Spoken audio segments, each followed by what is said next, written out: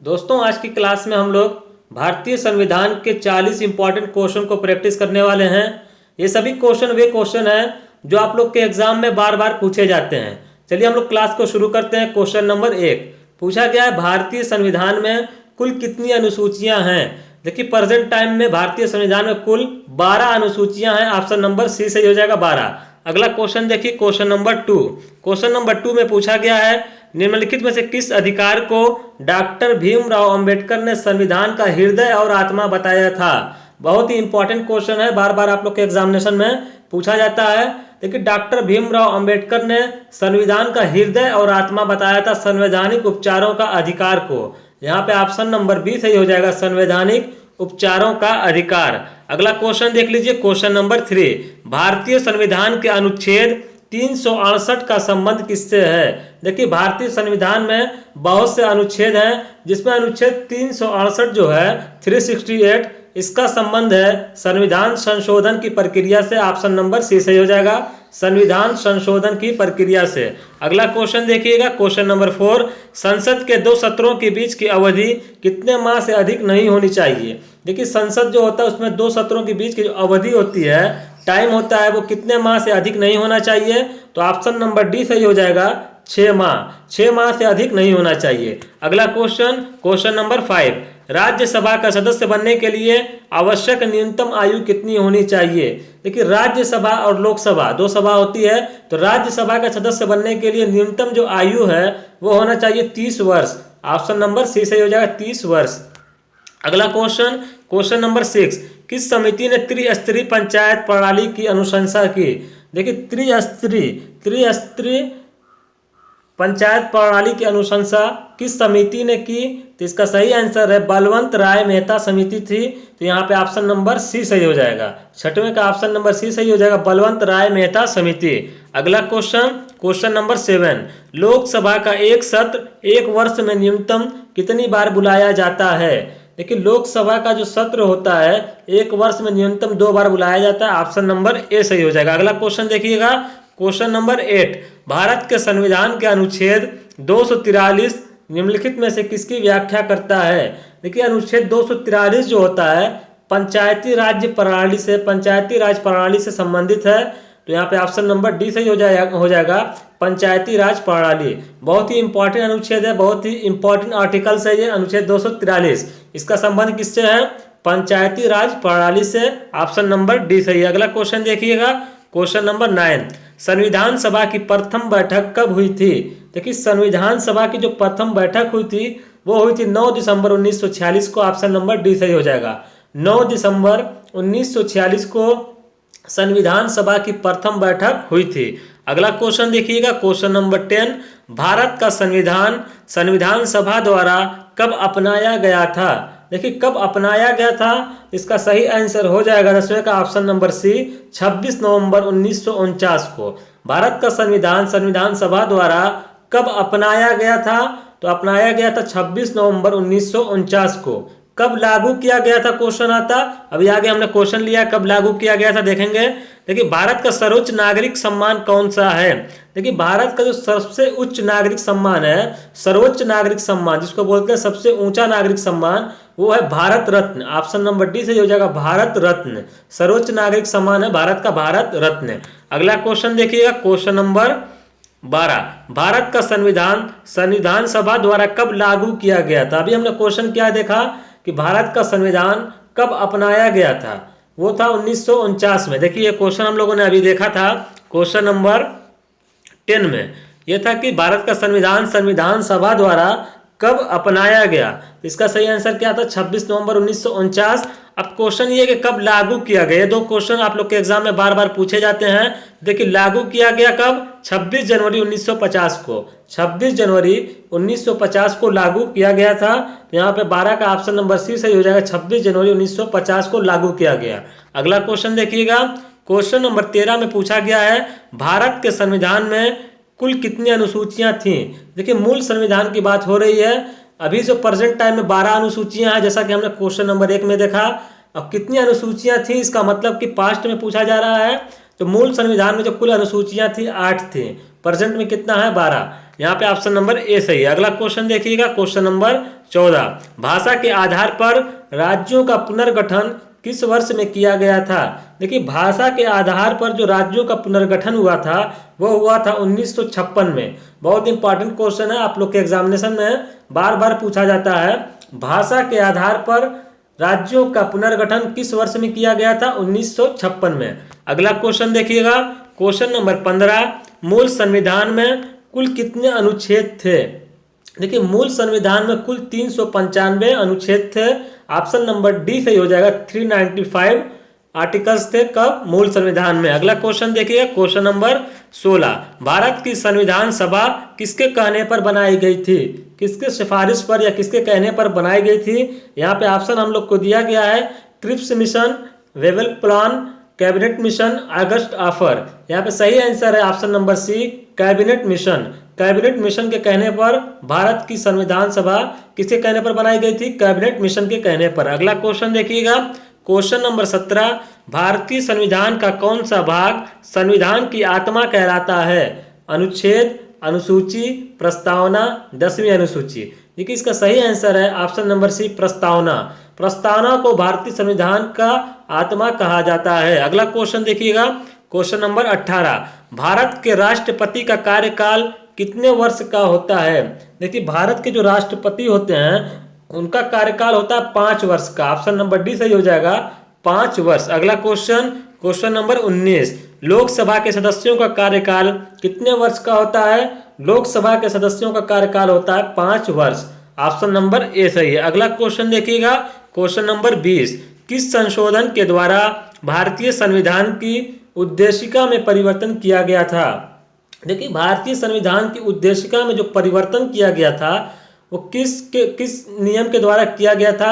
42वें संविधान संशोधन के द्वारा, 38वें संविधान संशोधन के द्वारा, 25वें संविधान संशोधन के द्वारा या 15वें संविधान संशोधन के द्वारा। यहाँ पे ऑप्शन नंबर ए सही हो जाएगा, 42वें संविधान संशोधन के द्वारा उद्देशिका में परिवर्तन किया गया था। भारतीय संविधान की उद्देशिका में परिवर्तन 42वें संविधान संशोधन के द्वारा किया गया था। अगला क्वेश्चन, क्वेश्चन नंबर 21, लोकसभा के पहले स्पीकर कौन थे? लेकिन लोकसभा के जो पहले स्पीकर थे वो थे GV Mavalankar Ayyangar. Option number A सही है, जीवी मावलंकर अयंगर। अगला क्वेश्चन, क्वेश्चन नंबर 22, भारतीय संविधान निम्नलिखित में से कौन सी नागरिकता प्रदान करता है? देखिए, भारतीय संविधान जो है वो हम लोग को एकल नागरिकता प्रदान करता है। ऑप्शन नंबर ए सही हो जाएगा, एकल नागरिकता। अगला क्वेश्चन, क्वेश्चन नंबर 23, जनगण मन जो भारत का राष्ट्रगान है सर्वप्रथम कब गाया गया था? देखिए, जनगण मन जो हमारे भारत का राष्ट्रगान है उसको सबसे पहले सर्वप्रथम कब गाया गया था? ऑप्शन दिए गए 24 जनवरी 1950, 26 जनवरी 1950, 15 अगस्त 1947, 27 दिसंबर 1911। देखिए, इसका सही आंसर जो है ऑप्शन नंबर डी सही हो जाएगा, 27 दिसंबर 1911 को सबसे पहले जनगण मन को गाया गया था। अगला क्वेश्चन, क्वेश्चन नंबर 24, भारतीय संविधान के अनुसार देश का प्रथम नागरिक कौन होता है? देखिए, भारतीय संविधान के अनुसार देश का प्रथम नागरिक होता है वो होता है राष्ट्रपति। कौन होता है? राष्ट्रपति। भारतीय संविधान के अनुसार देश का प्रथम नागरिक कौन होता है? राष्ट्रपति। ऑप्शन नंबर सी सही हो जाएगा। अगला क्वेश्चन, क्वेश्चन नंबर 25, भारतीय संविधान के किस अनुच्छेद के तहत उपराष्ट्रपति का चुनाव होता है? देखिए, उपराष्ट्रपति का जो चुनाव होता है वो भारतीय संविधान के किस अनुच्छेद, किस आर्टिकल के तहत होता है हम लोग को बताना है। याद रखिएगा, आर्टिकल अनुच्छेद 66, अनुच्छेद 66 के तहत उपराष्ट्रपति का चुनाव होता है। भारतीय संविधान के किस अनुच्छेद के तहत होता है? तो उपराष्ट्रपति का चुनाव अनुच्छेद 66। अगला क्वेश्चन, क्वेश्चन नंबर 26, भारतीय संविधान का भाग 2 किससे संबंधित है? देखिए, भाग 2 जो है वो किससे संबंधित हम लोग को बताना है। यहाँ पे जो दिया हुआ है, मौलिक अधिकार, राज्य के नीति निर्देशक सिद्धांत, संघ, नागरिकता। तो भाग 2 का संबंध है नागरिकता से। ऑप्शन नंबर डी सही है। अगला क्वेश्चन देखिएगा, क्वेश्चन नंबर 27, संपत्ति के अधिकार से संबंधित संशोधन कौन सा है? देखिए, संपत्ति का जो अधिकार है उससे संबंधित संशोधन है 44वां संशोधन। कौन सा है? 44वां संशोधन। ऑप्शन नंबर ए सही है। अगला क्वेश्चन देखिएगा, क्वेश्चन नंबर 28, भारतीय संविधान के निर्माण में कुल कितना समय लगा था? यहाँ पर कुल 2 बार लिखा गया है। यहाँ पर लिखा हुआ है कि भारतीय संविधान के निर्माण में कुल कितना टाइम लगा था हम लोग को बताना है। देखिए टोटल टाइम जो लगा था वो लगा था 2 वर्ष 11 महीना 18 दिन। ऑप्शन नंबर डी सही हो जाएगा।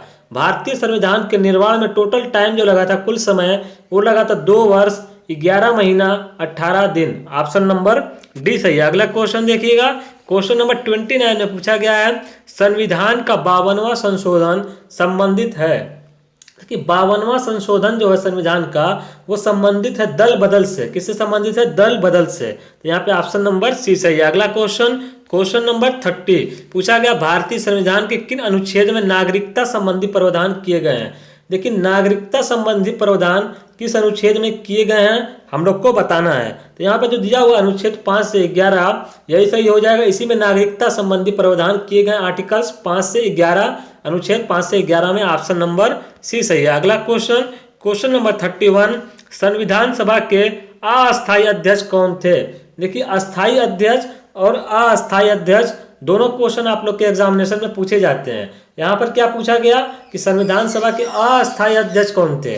तो ये थे सच्चिदानंद सिन्हा।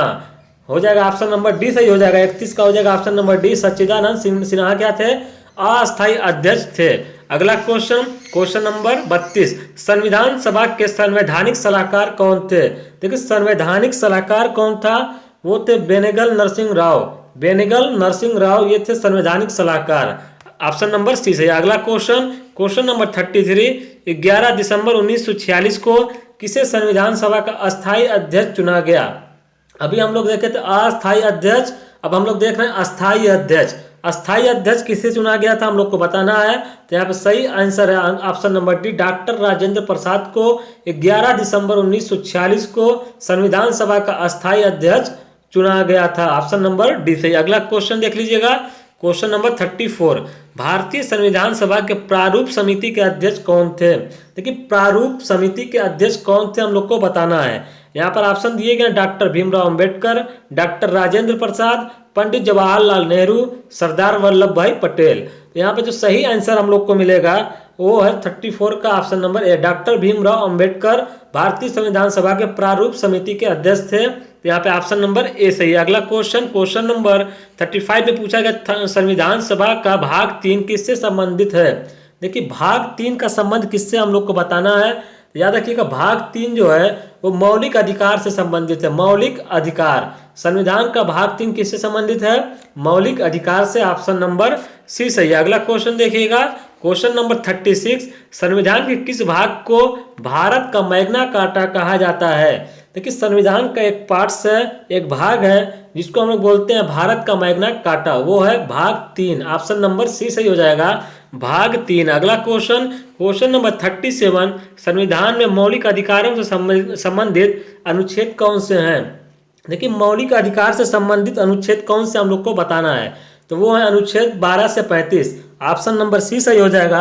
अनुच्छेद 12 से 35 में क्या है? मौलिक अधिकारों का वर्णन किया गया है। तो यहाँ पे ऑप्शन नंबर सी सही है। अगला क्वेश्चन देखिएगा, क्वेश्चन नंबर 38 भारतीय संविधान में मौलिक अधिकार किस देश के संविधान से लिए गए हैं। देखिए मौलिक अधिकार को जो लिया गया भारतीय संविधान में वो किस देश से लिया गया? इंग्लैंड, फ्रांस, जर्मनी या अमेरिका से। तो यहाँ पे ऑप्शन नंबर डी सही हो जाएगा, अमेरिका। अगला क्वेश्चन देख लीजिएगा, क्वेश्चन नंबर 39 समानता का अधिकार कौन से अनुच्छेद में दिया गया है। देखिए समानता का जो अधिकार है वो किस अनुच्छेद में दिया गया हम लोग को बताना है। याद रखिएगा ऑप्शन नंबर सी सही हो जाएगा, अनुच्छेद 14 से 18। आर्टिकल्स 14 से 18 के बीच में, इसी में आर्टिकल 14 से 18 में समानता का अधिकार दिया गया है। अगला क्वेश्चन, क्वेश्चन नंबर 40 दिया गया कि भारतीय संविधान के किस अनुच्छेद में संवैधानिक उपचारों का अधिकार दिया गया है। देखिए संवैधानिक उपचारों का अधिकार किस अनुच्छेद में दिया गया है। तो ये हो जाएगा अनुच्छेद 32। आर्टिकल 32 में संवैधानिक उपचारों का अधिकार दिया गया है। तो दोस्तों आज की क्लास में हम लोगों ने संविधान के, भारतीय संविधान के उन क्वेश्चन को प्रैक्टिस किए, वैसे क्वेश्चन को जो आप लोग के एग्जाम में बार बार पूछे जाते हैं। बहुत ही इंपॉर्टेंट क्वेश्चन है ये सभी क्वेश्चन। तो दोस्तों अगर क्लास पसंद आई हो तो हमारे चैनल को सब्सक्राइब जरूर कर लीजिएगा। फिर मिलेंगे इसी तरीके से अगली क्लास में। आप लोग का बहुत बहुत धन्यवाद।